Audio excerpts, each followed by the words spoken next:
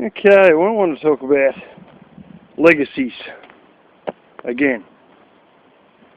This time involving Tulo Joe versus his son, Marshall Kamua. I've talked about all this before, how we could be more than we could be in regards to Elvis losing his chance at becoming a custom-made man when he could have very well had one. This time I want to talk about legacies that people leave behind. You know, more on the subject of what we will be remembered as. Now, Tulo Joe obviously come to the United States as poor as chips, as did probably many Assyrians, looking for a better life, one where they weren't, you know, for all intensive purposes, either on the run or on the bottom rung of society in an already fucked up country. Let's face it, it's those at the top are pretty good at shoving all the oil money in their pocket, and it doesn't sort of spread down to those lower down, unlike Qatar and Saudi Arabia and Kuwait, where it does spread down to the people on the street. And as a minority in a country run by a dictator, things wouldn't have been looking terribly grand. Whether Saddam was in at that point or not, I'm not sure. But, you know, a lot of these Middle Eastern countries, there's been chaos way back since the British Empire walked out on it all. Long story short, he obviously made a real go of it, become successful, and whether he sold cars that were a little bit on the questionable side or not, sort of pales into insignificance, because the dude made a go of it, didn't sit on welfare, and, you know, quite simply, he urged his son to do the same, you know, and he didn't like the fact his son was living in a van. You know, he wanted him to make something of himself. Most of you guys will have parents like that. Those of you who know anything about Rich Dad, Poor Dad will know about the cash flow quadrant, and my father is firmly stuck in the employee cash flow quadrant, and that's all that you should ever be. It's just a ham and egger for someone else. And my sister isn't, and I don't feel the same way either, although I am a ham and egger at the moment. Anyways, you compare that to the way old Marshall is. What legacy is going to leave behind? I hope you're watching, Marshall. You know, if I'm talking to my own audience, I'm probably just preaching to the choir. But it'd be nice if you were watching, or even somebody would on repeat this to him, whether it's Rosie or one of the trolls, whatever. But just compare the two here. You know, one had a brilliant legacy, you know, left a family behind, hard-working man, made a go of it as an entrepreneur in a country that he immigrated to. And, you know, we've got Italians that have been poor as chips, come over here and created, some of them have created an empire of a business. You know, they've created huge businesses. The guy who used to manage Chinese boss's vineyard, who I found out the other day is probably now about 68 or 69, he's still bloody working there. He was telling me of Italian he used to work for, and the guy was come out with nothing. and poorest chips in the 50s, and grew up here and built himself a fucking empire in regards to irrigated farming, and a lot of it was potatoes. They were semi after semi after semi full of potatoes. And then in the off season, he'd grow hay, and they were near to the outback, but they were on a river frontage where they had massive water rights. And they used to buy these half-starved outback cattle, grow these massive areas out that were irrigated with wheat or barley or whatever, and then oats, whatever, and throw all these cows in, fatten the cows up and resell them. And then the potato season would come around, so they'd plough it all up and put in potatoes again. And this guy would actually fly out from the state capital in his own plane and turn up at the local airstrip, and they'd actually hear him on the CB radio in the work vehicles asking for someone to go and pick him up from the airstrip because he'd been down to the capital to make a deal with some mob buying all these potatoes, and inevitably he had to go down there every once in a while and make these deals and just fly down in a Cessna plane and you know, come back and, "Will somebody come please pick me up at the airstrip?" And this guy, he had, in the capital, where they were taking all these things, he had a place where they processed all these potatoes, got rid of the rotten ones, you know, the ones that too small, like a grading plant and all that. And, you know, I think they moved right into lettuces, and it was refrigerated and everything down there. And, you know, it was like a blooming cold storage and the whole lot that he built down there. The guy was worth fucking truckloads, in excess of probably $50 million. After coming out with fucking threadbare clothes on his back as a kid. By the time he was, you know, 60 years old, he's a fucking multi-millionaire. Not all of us can achieve that, but let's have a look at Marshall.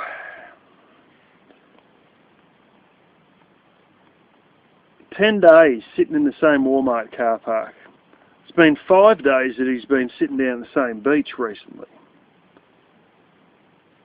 What does he achieve for himself? Well, he's got a brilliant name as a slanderer, and even an Assyrian swearer. Let's face it.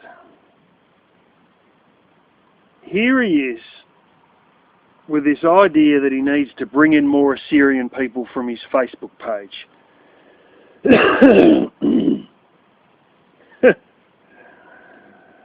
Only to tell us that he's got Assyrian trolls. And then the story goes back further that he got these trolls by his brilliant ability to speak Assyrian, even though apparently, according to the moderator of a particular website, he's US born. And, you know, he spent his late teens in the year 2000, he started going on there and just abusing the shit out of anyone and everyone that come on, that, you know, that he could. Once the microphone switched around to him, he would swear, as the guy said, cuss out everyone. And they used to have celebrity singers even come on, and he would cuss those out as well. And he kept this up until 2003, when they stopped the voice chat and they went to text chat, just like the old chat lines, like your side chat that you have in Hangouts. And he kept trying to cuss everyone out, but it's not quite as effective when you can only type. That's one of his legacies. The other one is he's a self-declared king, living in a clapped-out old van. You know, I'll tell you something straight, Marshall. I've had 2 girlfriends that are younger than your fucking van is. And a lot of you don't know this because I've only told probably 3 people. There was another girl more recently who I'm not too sure. I thought she might have been headed in the direction of girlfriend, but she's only turned 18. Oh, sometime last year, late last year. So I was wrong. It wasn't heading for a relationship, but, you know, she's friendly enough towards me and all that sort of stuff, you know. And, yeah, what's Marshall got? Blah, blah, blah, blah, BBW. When are we going to see on these BBWs? But let's face it, we know that he's not interested in BBWs anyway. He's managed to get the 5th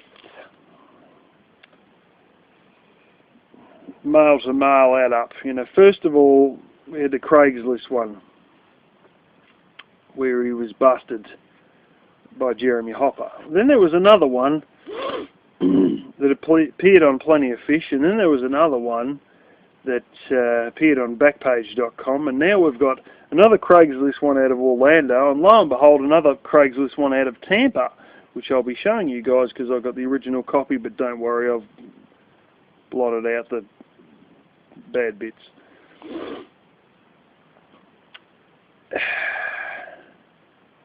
Where's his legacy going?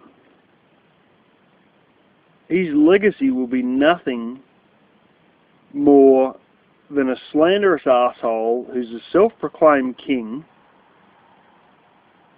And what about his assets? You know, one thing I said to myself, I've seen my uncle, you know, handed, let's face it, more than $2 million worth of property in today's terms. Probably $2.5 million in today's terms. And he fucking pissed it all against the wall. He ended up in this house with walls missing, fucking the veranda I'm sitting on wasn't even finished to where I'm sitting on it right now. You know, and things are rotting away and just unmaintained, even though he was a qualified carpenter and had all the materials and had all the tools. And you know, he died of a heart attack in a relative's house with this joint full of fucking dogs, wild fucking things, cats, and fucking newspapers, and a bit of broken furniture. You know, I made a pledge that when I come into this world, I'm going to leave behind something for the next generation. I'm going to basically leave with more than I started with, was what I pledged. As opposed to be given a heap and lose it all, I'm going to be, you know, it appears I've been given stuff, but I've built on it, and I'm going to continue to build on it. And I'm going to leave behind more than I was given, unlike my uncle. So where does Marshall stand in the way of assets? Couple of cheap shit electronics that'd probably go at a hock shop, let's face it, for less than $200 for the whole lot of it. If I was to buy it at auction, it'd barely even make that. And a van that's, quite frankly, clapped out. You know, there might be a few bits salvageable, but ultimately, give it another 5 years, that thing will probably be in scrap metal, in the crusher, going to be melted down and made into fucking can openers or whatever. This is the thing, Marshall. What legacy are you leaving behind? You're leaving behind a fucking shit stain on a fucking McDonald's serviette. That's about it. You're leaving behind one of the most ridiculous, hilarious reputations of a blunderer who thought he was great, but couldn't do anything except slander people and fucking bungle things up. We're all watching you because we love seeing idiots do stupid shit, and it's as simple as that. You know, we just love seeing the dumb things you do and this grandiose frickin' ego that you will never drop, regardless of how far you are down on the rung. And trust me, you fail to believe it, but you are one fuck up from living in a cardboard box. If your family was to ignore you and somebody was to deliberately sabotage your van, such as light it up, You know, you got people out there who are threatening to kill you, and it's not a threat. Some of them really would probably follow through with it. And, you know, for that they might get some real jail time, but how much jail time are they going to get if they, you know, just tip a little bit of gasoline inside that fucking camper van and throw a match in? They're not going to get much jail time. Fuck, they might even get caught for it. But if they are viewed on camera doing it, how's your fire insurance policy going to go? Well, what if someone just, you know, one of these umpteen truck drivers who you got pissed off, or Class A owners who you got pissed off, deliberately decides to ram the fucking thing and crush the shit out of it? Is insurance going to pay out on what's deemed deliberate sabotage? Is that in your insurance policy, deliberate sabotage? Because if it's not, you're one grumpy person, and don't worry, you've got about 15 or so grumpy people away from ending up in a cardboard box. This is one of the things that does gripe me a little bit on van dwellers in general. It's, especially even when I see Gerald spending $18 on fucking cups of ice cream that frankly would probably only cost him about 45 cents.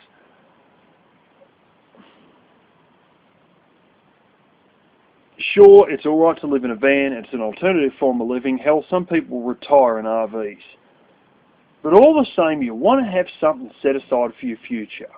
Unknown injury and medical bills with it, you know, like teeth that need fillings.